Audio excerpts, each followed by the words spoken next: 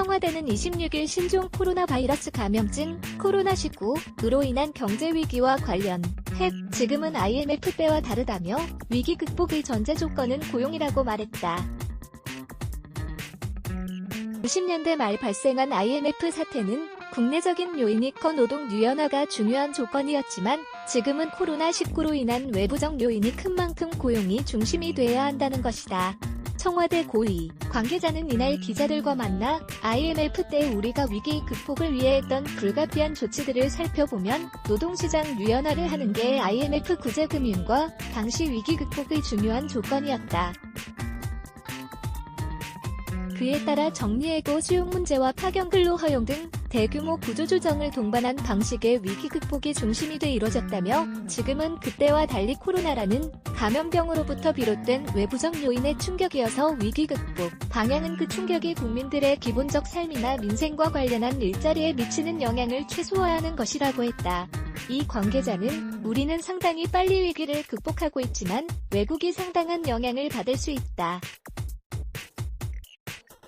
그렇게 되면 우리 수출이 크게 영향을 받을 수밖에 없다며 미국을 비롯한 외국도 고용 중심의 위기 극복 전략을 세우고 있다고 했다.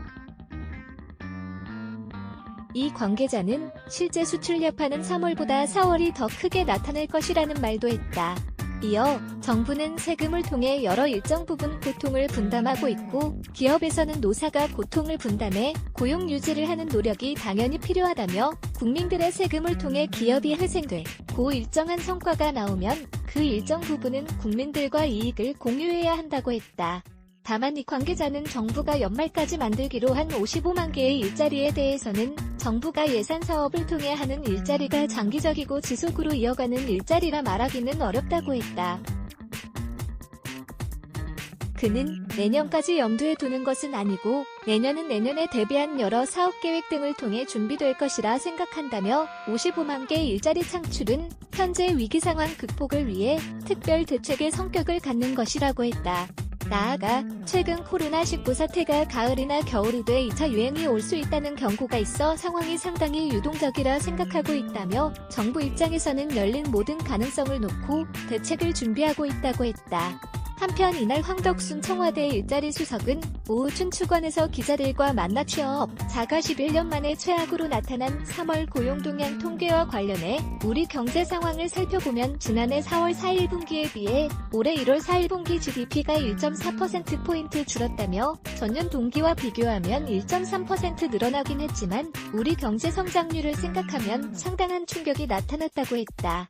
황 수석은 고용률도 사실 그동안 역대 최고치를 계속 갱신했는데 0.8%포인트가 떨어져서 65.4%가 됐다며 사회적 거리 두기로 인해 기업의 채용 동결과 공공부문 채용이 지연되는 등의 영향이 청년들 등에 영향을 미쳤다. 취업자로 분류되기는 하지만 실제로 일을 쉬는 사람이 통계가 발표된 이래 가장 큰 규모로 늘어난 160만 명을 기록했다고 했다. 그는 청년을 포함해 잃어버린 일자리 창출 역량을 보완하기 위한 공공부문을 만드는 일자리를 크게 늘릴 계획이라며 55만 개의 일자리를 연말까지 창출할 계획이라고 했다. 임재석 기자 hdt.co.kr 저작권자 디지털타임스 무단 전제 재배포 금지 네츠블락에즈 Y